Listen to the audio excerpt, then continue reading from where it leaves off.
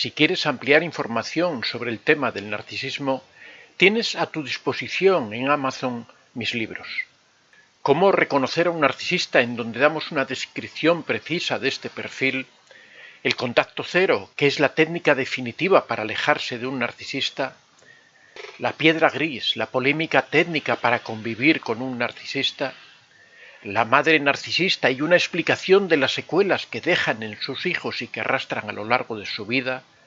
Y la dependencia emocional, doloroso trauma muchas veces provocado por el narcisista. Puedes encontrar todos estos libros en Amazon escribiendo en el buscador Antonio de Vicente. Bueno, pues vamos a hablar hoy precisamente de esas secuelas, de esos daños que provoca tan graves. Estamos hablando de daños graves que se provocan sobre todo en relaciones prolongadas, en relaciones de 5 años, de 10 años, de 20 años, de 30 años, porque en la medida en que la relación se va alargando, cada vez el daño es mayor, cada vez la persona se encuentra más indefensa hasta que llega a extremos de verdadero daño casi, diríamos, bueno, no vamos a decir irreversible porque todo más o menos se puede solucionar, pero casi irreversible. Bueno, el primer daño, la primera secuela es la dependencia. Siempre hablamos la dependencia general, pero bueno, todo eso tiene relación con la dependencia emocional. Quiero recordaros también los libros que tenemos, porque bueno, hablamos sobre el tema este de la dependencia emocional, es algo que está muy relacionado. Ya sabéis que tenéis mis libros en Amazon. No voy a hacer mucha publicidad ahora para no interrumpir el tema que estamos tratando. Este es uno de los objetivos, el limitar la dependencia de la persona, pero la dependencia en general, la independencia en realidad, de limitar la independencia, es uno de los objetivos fundamentales que tiene el narcisista, porque sabe que en la medida en que limita la independencia de la persona, cada vez la persona tiene más dependencia de él, cada vez la persona necesita recurrir más a él, con lo cual la tiene en sus manos, la tiene en sus garras, puede manipularla como quiere, puede hacerle el daño que quiere y la persona no va a poder escapar de su lado porque es totalmente dependiente. Dentro de todo esto encontramos la dependencia emocional, por un lado, que es ese vínculo tan fuerte que crea en la víctima, que la víctima cree que está enamorada del narcisista, cree que no podría vivir sin el narcisista, pero también hay otros tipos de dependencia. No se queda solo en la dependencia emocional, sino que se da, por ejemplo, la dependencia social, en el sentido de que el narcisista empieza a aislar a la víctima,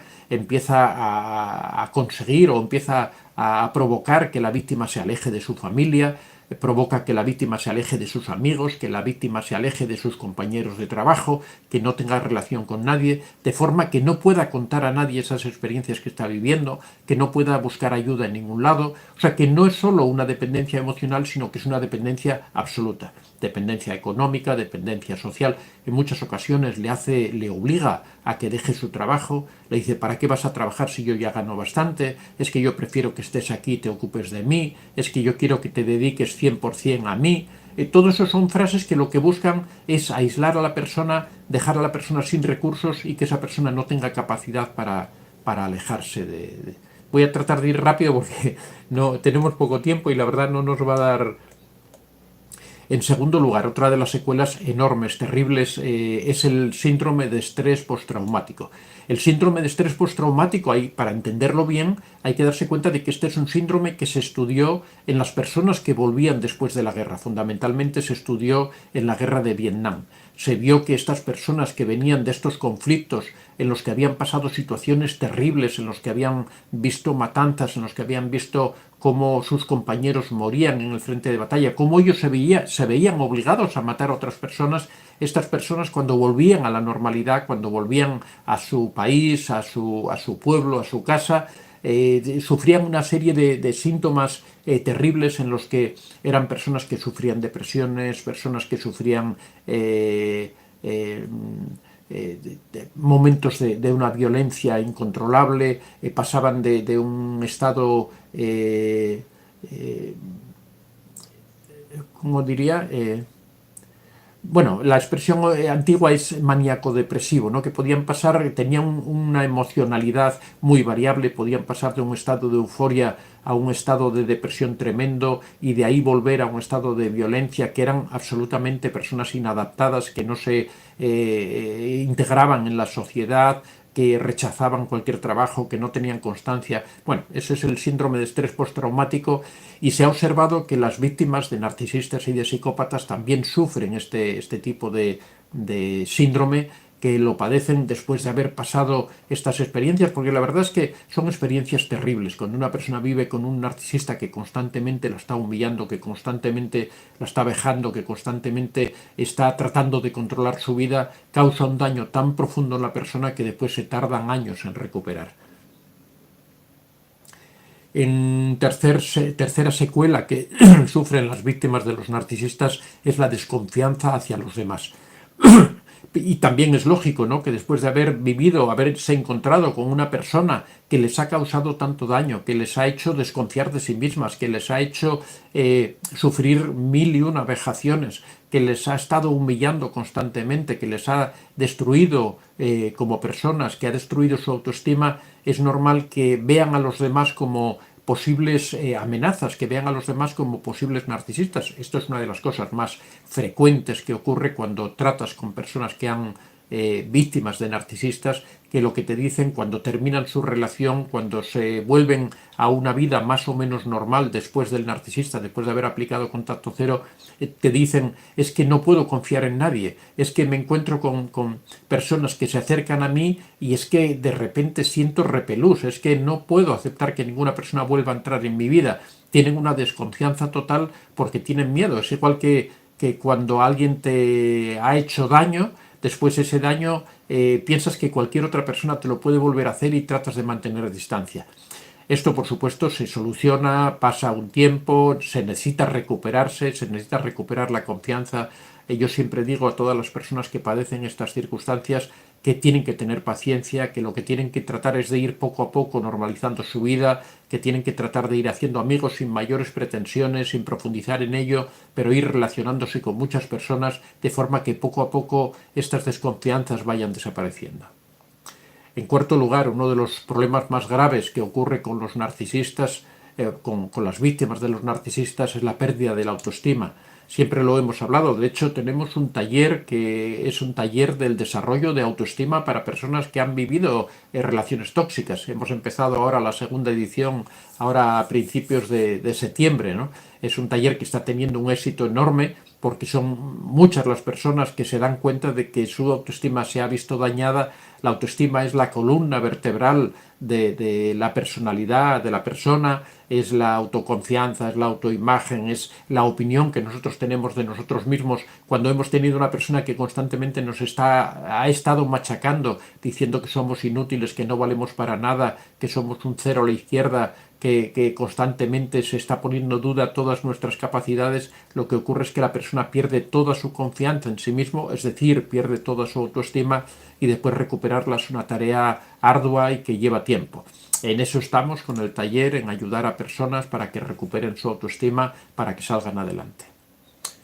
En quinto lugar, otro de los síntomas o de las secuelas que deja la relación con un narcisista son los pensamientos obsesivos relacionados con el narcisista. Siempre hablamos aquí, muchas personas nos preguntan: ¿es que sigo recordando al narcisista? ¿Sigo teniéndolo presente en mi vida? Eso es algo que siempre va a permanecer, al menos el recuerdo. Lo que hay que tratar es de que ese pensamiento del narcisista no sea un pensamiento intrusivo, no sea un pensamiento obsesivo que nos afecte en nuestra vida diaria. Lo que hay que tratar por todo este sistema, en muchos casos recurriendo a terapia, en otros casos tratando de reintegrarse en la vida normal con todos estos consejos. Ahí también tendría que hablar del libro cómo se lo explico al corazón, que trata precisamente de este asunto, de cómo poder recuperar la vida después de una experiencia con el narcisista. Hablamos exactamente de esto. La persona consigue poco a poco que esos pensamientos obsesivos, intrusivos, vayan reduciéndose y que al final simplemente tengamos un recuerdo del narcisista, pero que no nos afecte a nuestra vida diaria, que no nos altere en nuestra vida diaria. Otro de las secuelas que deja el narcisista es los problemas de insomnio. Otra de las cosas recurrentes que siempre relatan las víctimas de narcisistas o de psicópatas es que les cuesta dormir. Aquí también habría que hablar de todas las técnicas de relajación, de todas las técnicas de control mental que ayudan a lograr que el insomnio desaparezca. El insomnio también está dentro del estrés postraumático, es uno de los síntomas también de estrés postraumático, y es un problema que tiene una solución a largo plazo, pero que también se puede solucionar.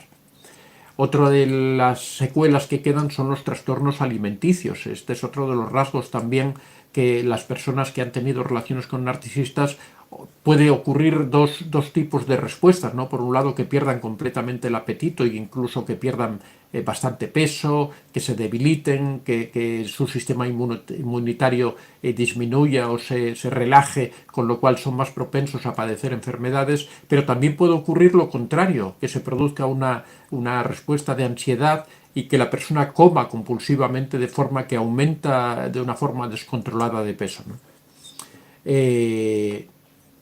Otra de las secuelas importantes son los síntomas agudos de depresión. Aquí estamos hablando de sentimientos de tristeza, de arrebatos de enojo, de pérdida de interés en las actividades de la vida diaria, de alteraciones del sueño, de cansancio, de falta de apetito, de ansiedad, lentitud para razonar, sentimientos de inutilidad o de culpa, sentimientos de poca valía como personas. Bueno, todo lo que son los síntomas de la depresión aguda, grave, que se produce en muchas ocasiones. Esta depresión se produce justo después de que se abandona al narcisista. Una vez que uno se aleja del narcisista, estas primeras fases que ocurren de crisis post-narcisista, en esta fase se suele dar bastante esta depresión momentánea, pero bueno, es una depresión exógena y es una depresión que desaparece con cierta rapidez una vez que la persona se pone de una manera proactiva a tratar de superar al narcisista, que empieza a tratar de integrarse en su nueva vida, que empieza a tratar de desarrollar una serie de actividades. Suele desaparecer con bastante rapidez, pero bueno, hay que tener en cuenta que es una de las secuelas que deja el narcisista. En noveno lugar, crisis de ansiedad y de pánico. La crisis de ansiedad y de pánico siempre, hace tiempo hemos hecho una serie de vídeos hablando sobre las crisis de pánico, sobre la ansiedad, las podéis ver en el canal. Normalmente se caracterizan porque la persona repentinamente tiene unos ataques incontrolados de pánico en donde, por ejemplo, su corazón empieza a latir a una velocidad tremenda, siente que se ahoga, empiezan con una sudoración fría, piensa que se va a morir, piensa que está sufriendo un ataque de corazón, por ejemplo. Puede tener muchos síntomas diferentes, pero bueno, la característica fundamental es que uno piensa que está sufriendo un ataque determinado físico, que va a perder la vida en ese momento, cuando, bueno, en realidad todo esto es creado por la mente, en realidad no existe nada, esa persona está perfectamente. Cuando va al cardiólogo para comprobar qué problema ha sufrido, se da cuenta de que su corazón está perfectamente sano, que no tiene ninguna enfermedad, que todo, y simplemente se reduce. Eso es una respuesta del sistema nervioso ante una situación de estrés determinada, ¿no? Las crisis de pánico también tienen, y la ansiedad también tiene una solución bastante sencilla, no es un problema muy complicado, pero bueno, también hay que dedicarle un tiempo a ello, hay que centrarse en ello para tratar de solucionar ese problema. En décimo lugar, una sensación de vacío y de soledad muy profunda. Es otro de los rasgos que nos relatan las personas cuando terminan una relación con un narcisista, es que tienen una sensación enorme de soledad y de vacío, y esto es normal porque después de haber tenido una vida tan conflictiva, tan intensa, de tanta lucha diaria, de tanto estrés diario, cuando una persona se aleja siente un vacío enorme. Es igual que cuando estás en una discoteca, por ejemplo, con una música tremenda, cuando después sales al exterior es como que no oyes absolutamente nada, como que tus oídos han quedado como inutilizados, como que te has quedado sordo completamente. Es algo parecido, ¿no? Es una sobreestimulación para después, cuando vuelves a una situación normal, tu percepción es de una subestimulación o como que han desaparecido completamente todo tipo de estímulos, por eso hay esa sensación tan tremenda de soledad y de vacío, ¿no? Es una especie de vacío existencial después de esa tormenta que has vivido de sensaciones. En 11º lugar, una sensación de una pérdida irreparable es otro de los síntomas típicos cuando uno termina una relación con un narcisista. Uno piensa que ha perdido algo que era importante en su vida. Ahí tiene mucho que ver la dependencia emocional, ahí tiene mucho que ver esa sensación de vacío también, que uno siente como que le han quitado todo lo que tenía, como que se ha quedado, que eres una figura, eres una especie de figura hueca que no tiene nada dentro de sí. Uno tiene esa sensación de que no vale absolutamente para nada. Esto es algo, ya digo, que es una sensación que ocurre en los primeros días. Poco a poco esto va desapareciendo. Hay que saberlo porque así uno no se preocupa tanto, uno no tiene esa sensación de que es algo trágico, ¿no? En 12º lugar, una erosión de la identidad de la persona. Por supuesto, cuando se ha dañado tanto la autoestima, se pierde la identidad de la persona. Bueno, voy a tratar de ir un poquitín rápido porque ya estamos ahí 23. En 13º lugar, sentimiento de culpa. Uno tiene la sensación de que todo lo que ha ocurrido ha sido por su culpa, o bien por acción, o bien por omisión, o bien porque ha dejado al narcisista, o bien porque siente como que ha sido él quien ha provocado esa situación, o bien que quizá ha tomado una decisión equivocada y se siente culpable. Es normal que haya este sentimiento, hay que comprender que es absolutamente normal. Esto no significa que debamos dejar el contacto cero o que debamos rendirnos y volver con el narcisista. Hay que entender. En 14º lugar, confusión, muchísima confusión. La persona piensa que ha tomado decisiones equivocadas, después piensa que han sido acertadas, constantemente le está dando vueltas a todo, siente un caos mental. El síndrome de indefensión aprendida, que hemos hablado tantas veces de ello, la persona se queda inerme, no sabe qué hacer, no sabe por dónde salir, no sabe qué responder, lo único que tiene es ganas de no hacer nada, de quedarse ahí quieto y dejar que el mundo siga y que él siga aparte de esa persona, ¿no? La persona es incapaz de reaccionar frente a ningún estímulo. La disonancia cognitiva, la imagen esa que nos hemos creado maravillosa, la persona empieza a recordar las maravillas del narcisista, empieza a recordar, pero al mismo tiempo también recuerda las vejaciones y los daños, y eso provoca una confrontación. Es lo que se llama la disonancia cognitiva, cuando nosotros estamos experimentando algo terrible, pero al mismo tiempo tenemos una imagen maravillosa y eso no cuadra. Tratamos de buscar explicaciones y eso aumenta más la confusión que tenemos. Dificultades para concentrarse en el trabajo y el estudio.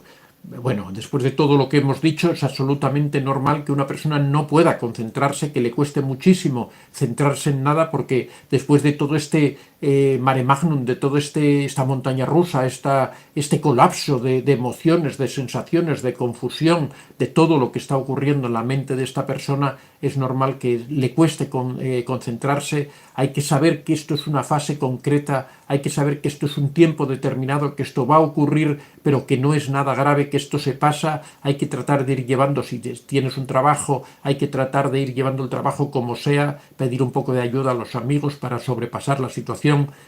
Esto va a ser solo durante unos días y se va a superar. También, por supuesto, en esas situaciones tan de límites de colapso, por supuesto, se tienen ideas de suicidio.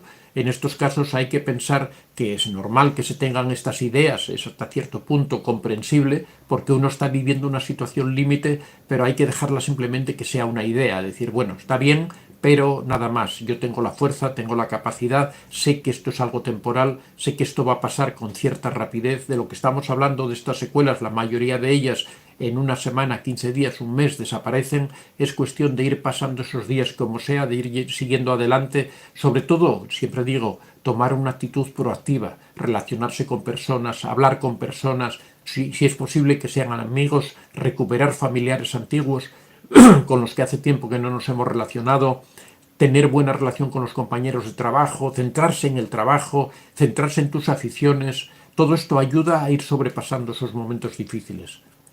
En 19º lugar, cambios en el estado del humor constantes. Se produce una sensibilidad emocional tremenda y esto hace que pasemos de la rabia al enojo, al odio, a la tristeza, a veces a la alegría, a la confianza, a la desconfianza. Se produce un momento de inestabilidad emocional tremenda.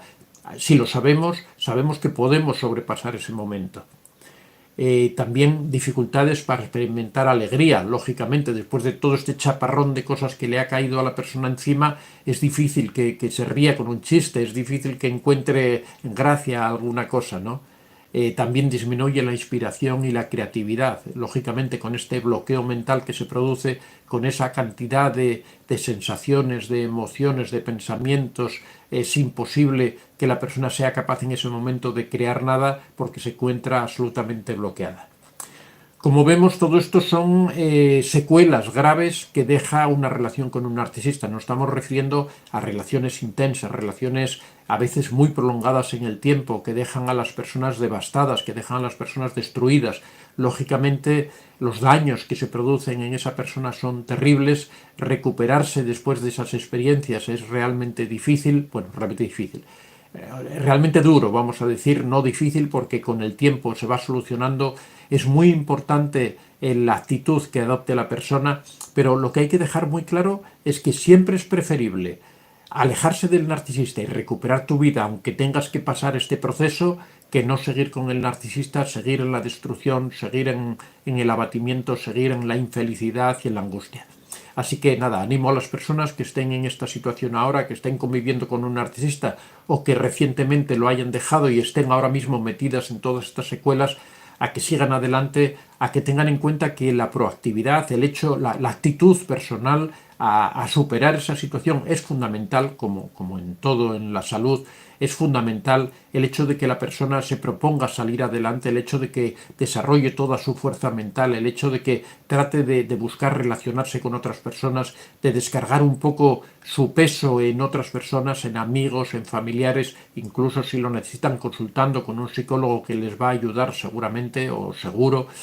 Todo esto puede ayudar mucho a la persona y sobre todo dar mucho ánimo. Sabéis que siempre tendréis este canal aquí para orientar, para dar ánimo, para dar ayuda a todas aquellas personas que lo requieran. Bueno amigos, esta ha sido la exposición de hoy, un poco dura, un poco difícil, pero supongo que muchas personas lo están comprendiendo, muchas personas lo han pasado, lo han vivido. La mayoría de vosotros seguramente habéis pasado alguna de estas secuelas, la habéis sufrido realmente, así que sabéis de lo que estoy hablando. Soy Antonio de Vicente. Si te ha gustado este vídeo, puedes dar a like y si aún no estás suscrito, puedes hacerlo en la parte inferior. Si deseas hacer algún comentario o sugerir algún tema, puedes hacerlo en la casilla de los comentarios. Recuerda que este es un espacio abierto y que siempre son muy bien recibidos todas las experiencias que hayas tenido y todas las opiniones que tengas al respecto. Estaría encantado de que las compartieras con nosotros. Muchas gracias a todos y que seáis realmente muy felices.